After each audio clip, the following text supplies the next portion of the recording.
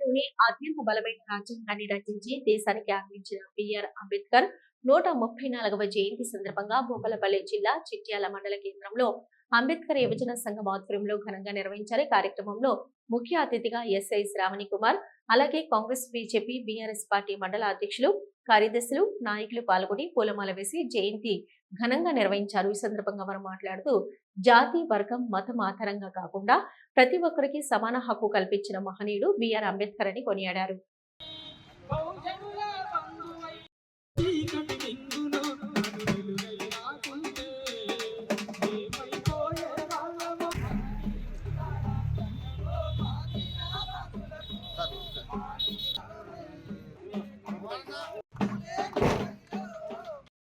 మాట్లాడిపోయా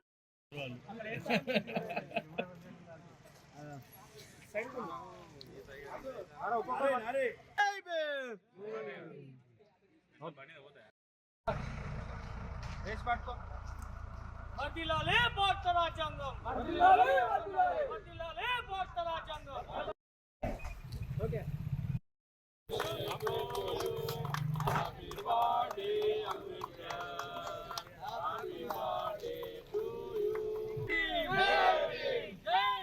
కార్యక్రమం యొక్క ఉద్దేశం మనం ఈ కార్యక్రమం చేయడం కాదు, వారి యొక్క ఆశయాలను కొనసాగించే దిశగా కూడా ప్రజలందరూ కూడా ముందుకు పోయి అంబేద్కర్ ఆశయాలను కొనసాగించాలి.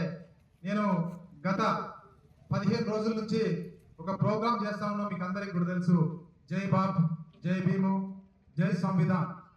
జై బాపు అంటే శాంతియుతంగా, జై భీమ్ అంటే ఉన్నతంగా ఆలోచించే విధంగా, సంవిధానం అంటే భారత రాజ్యాంగాన్ని ప్రతి ఒక్క పేదవాడికి, బడుగు బలహీన వర్గాలకు కూడా అందించే విధంగా, దానిలో ఉన్న మంచి కానీ చెడు కానీ ప్రతి ఒక్క దళితులకు కానీ, గిరిజనులకు కానీ, మైనార్టీలకు కానీ, బీసీలకు కానీ అందరికీ కూడా చేరే విధంగా భారత రాజ్యాంగం సమాన హక్కులను ప్రజలందరికీ చేరే విధంగా కార్యక్రమం చేసి గత 15 రోజుల నుంచి చేస్తూ ఉన్నాం.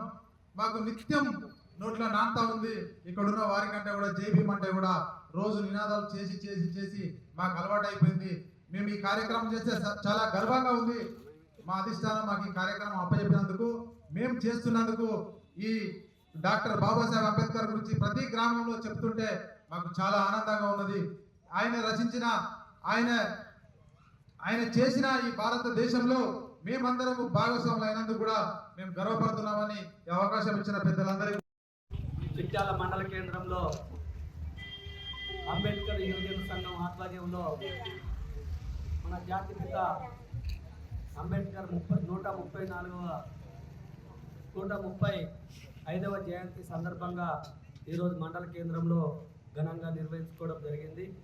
మరి మన బిఆర్ అంబేద్కర్ గారు మన భారత దేశానికి మరి రాజ్యాంగాన్ని రచించి బడుగు బలహీన వర్గాలకు ఈరోజు రిజర్వేషన్లు కావచ్చు, అనేక రకాలుగా ఈరోజు ఈ స్థాయికి మనం వివిధ రకాల హోదాల్లో ఉండడానికి ముఖ్యమైన కృషి చేసినటువంటి వ్యక్తి డాక్టర్ బాబాసాహెబ్ అంబేద్కర్ గారు. కాబట్టి ఆయన ఈరోజు రచించినటువంటి రాజ్యాంగం ఉండడం మూలంగానే ఈ దేశంలో ప్రజాస్వామ్యబద్ధకంగా అనేక ప్రభుత్వాలు అనేక కార్యక్రమాలను మరి అంబేద్కర్ రచించిన రాజ్యాంగ పరిధిలోనే చేయడం జరుగుతూ ఉన్నది. ఒక భారతదేశంలో ఒక అద్భుతమైన రోజు, ఒక మహానుభావుడు ఈ దేశానికి సేవ చేయడానికి జన్మించిన రోజు. ఆయనే మన బిఆర్ అంబేద్కర్ గారు. ఆయన రచించినటువంటి రాజ్యాంగం ద్వారా ఈరోజు భారతదేశం ఎన్నో అభివృద్ధి పదంలో నడుస్తూ ప్రపంచంలోనే ఒక ప్రథమ దేశంగా ఎదిగిందంటే అది మనకు అంబేద్కర్ గారు రచించినటువంటి రాజ్యాంగం ద్వారా అని చెప్పేసి మీకు తెలియజేస్తా ఉన్నాం. ఎందుకంటే ఓటు అనే ఆయుధంతో ఈ రోజున ప్రజాస్వామ్య దేశంగా భారతదేశాన్ని రూపొందించి ఈ రోజు ఏ వేళలో చూసినా కూడా, అన్ని రంగాల్లో చూసినా కూడా భారతదేశం ఉంటుంది. అంబేద్కర్ వాదులకు మరి ఇక్కడ ఈ మంచి కార్యక్రమాన్ని ఏర్పాటు చేసిన అంబేద్కర్ యువజన సంఘానికి నా యొక్క ధన్యవాదాలు నన్ను ఇచ్చినందుకు. ముఖ్యంగా ఈరోజు మన బాబాసాహెబ్ అంబేద్కర్ గారి జయంతిని జరుపుకుంటున్నాం.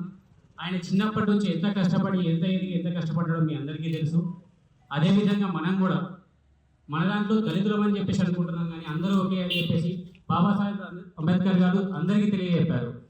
మాకు రిజర్వేషన్ కావాలి అన్నప్పటి నుంచి ఇప్పటి వరకు మనం సాధించినవి ఉన్నాయి, ఇక ముందు సాధించాలి. మన హక్కుల కోసం పోరాడుతూ, దానితో పాటు హక్కులతో ఇంకా పోరాడుతూ మనకు అంబేద్కర్ గారు రాజ్యాంగంలో పొందుపరిచిన విధులను కూడా పాటించాలని చెప్పి ఈ విధంగా ప్రజలకు తెలియజేస్తున్నాను.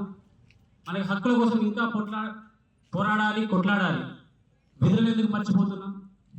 విధులను కూడా పాటిస్తూ మన ప్రజలు వాటిని పాటించాలని చెప్పేసి నాకు ఈ అవకాశం ఇచ్చిన అందరినీ కోరుకుంటాను. Thank you.